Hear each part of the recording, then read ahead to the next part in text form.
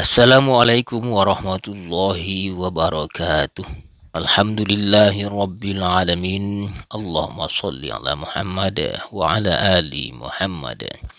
Saudara, dialog sofistik kita antara penenun dan pengelana kali ini dengan judul Ketika Dosa Tak Lagi Menyerupai Dosa. Senja turun perlahan di lereng bukit. Angin membawa harum rumput yang dipanaskan matahari sepanjang siang. Penenun duduk bersila di beranda rumah kayunya. Pengelana bersandar pada tiang memegang selembar kain yang belum selesai ia bordir. Matanya redup seperti mencari sesuatu di antara bayang-bayang yang memanjang. Kata pengelana, "Wahai penenun, mengapa terkadang aku tahu itu dosa, tapi hatiku tidak bergerak, seolah jiwaku diam di tepi jurang, tapi tidak gentar oleh dalamnya." Kata penenun, "Karena ilmu itu belum menetes ke hati.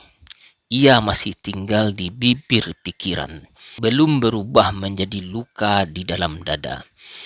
Taubat yang pertama adalah ilmu, yaitu sadar bahwa itu dosa dan buruk. Tapi ilmu saja seperti lentera tanpa minyak, terang sesaat lalu padam. Kata pengelana, apakah yang disebut luka itu adalah penyesalan? Kata penenun, penyesalan yang benar bukan sekedar menundukkan kepala. Ia adalah api halus yang membakar tali-tali keterikatan. Itulah hal rasa sakit yang muncul bukan karena takut neraka, tapi karena terasa jauhnya sang kekasih.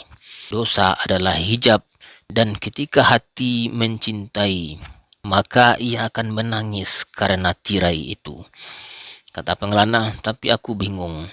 Aku telah menyesal, namun aku mengulanginya lagi.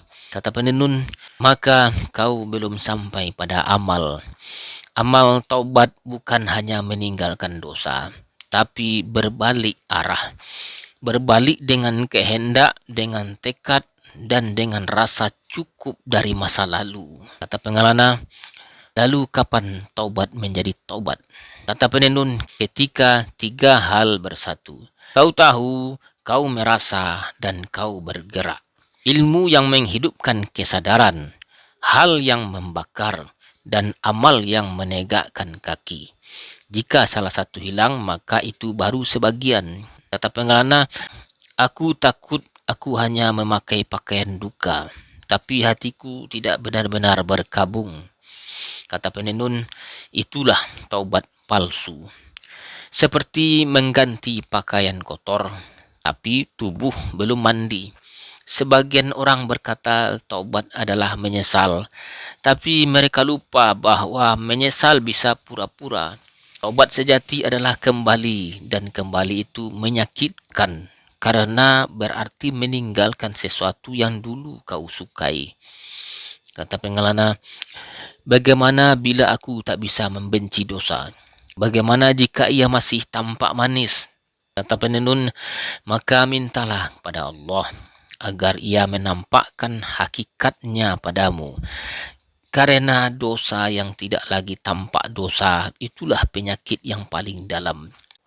Ia membius jiwa, hingga tak merasa hilangnya nur dari wajah. Senja semakin dalam, penenun mengambil benang keemasannya, mengikatkannya di ujung sulaman yang belum selesai. Lalu penenun berkata, wahai pengelana, perjalanan kita bukan hanya dari dosa ke ampunan, tapi dari ketidaktahuan menuju pengenalan, dari kelalaian menuju perjumpaan. Dan setiap langkah itu memerlukan ilmu, luka, dan tekad.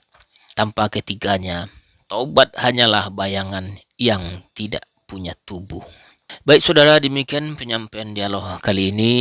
Semoga bermanfaat. Silakan ikuti dialog-dialog lainnya. Assalamualaikum warahmatullahi wabarakatuh.